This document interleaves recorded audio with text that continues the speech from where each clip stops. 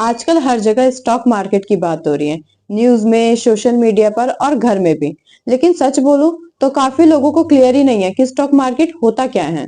आपने बिल्कुल सही बात की है। स्टॉक मार्केट एक ऐसा शब्द बन गया है जो सब सुनते तो हैं लेकिन कोई समझता नहीं है। सिंपल शब्दों में कहूं तो स्टॉक मार्केट एक ऑर्गेनाइज्ड मार्केट प्लेस है जहां कंपनियों के share and security buy sell होते हैं। तो क्या ये कोई बाजार जैसा होता है? कॉन्सेप्ट वही है, बस फर्क इतना है सब कुछ यहाँ पे रेगुलेटेड एंड डिजिटल होता है। जैसे सब्जी मंडी में सब्जी खरीदते हैं वैसे ही स्टॉक मार्केट में हम कंपनी के शेयर का हिस्सा लेते हैं। मतलब अगर मैं किसी कंपनी का शेयर खरीदती हूँ तो मैं उस कंपनी के छोटे से मालिक बन जाती हूँ।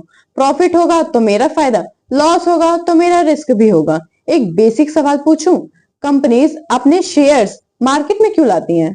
क्वेश्चन बहुत अच्छा है। जब किसी कंपनी को बिजनेस एक्सपेंड करना होता है, नए प्लांट लगाने होते हैं, टेक्नोलॉजी अपग्रेड करनी होती है, तो उन्हें कैपिटल चाहिए होता है और वो कैपिटल पब्लिक से आता है। कंपनी पब्लिक को बोलती है हमारे बिजनेस में इन्वेस्ट कीजिए और ग्रोथ का हिस्सा बनिए। इस प्रोसेस को कहते हैं आईपीओ, इनिशियल पब्लिक ऑफरिंग।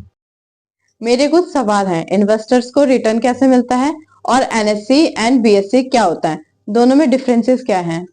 ये सवाल तो बहुत अच्छा है। दो तरीके से रिटर्न आते हैं। पहला है कैपिटल एप्रिसिएशन, इसमें शेयर के प्राइस बढ़ते हैं।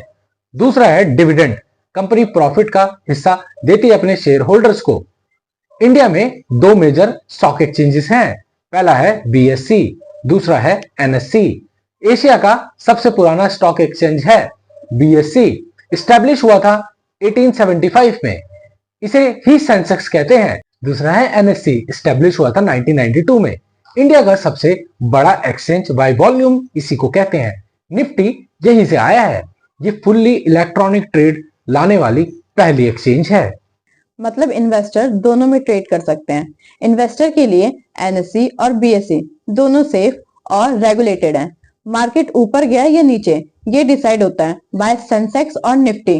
तो क्या सेंसेक्स और निफ्टी सिर्फ नंबर नहीं होते, ये देश के बिजनेस कॉन्फिडेंस का थर्मोमीटर होते हैं?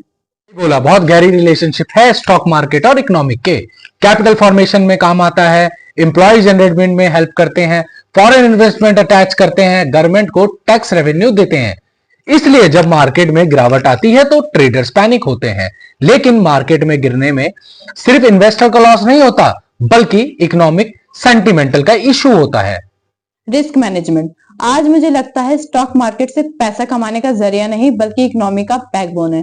स्टॉक मार्केट समझना मतलब देश की ग्रोथ को समझना। अगर आप चाहते हो कि स्टॉक मार्केट की हर इंपॉर्टेंट बातें आसान भाषाओं में आपको समझाया जाए तो लाइक दबाएं, कमेंट में अपनी राय बताएं और चैनल को सब्सक्राइब करना ना भूलें।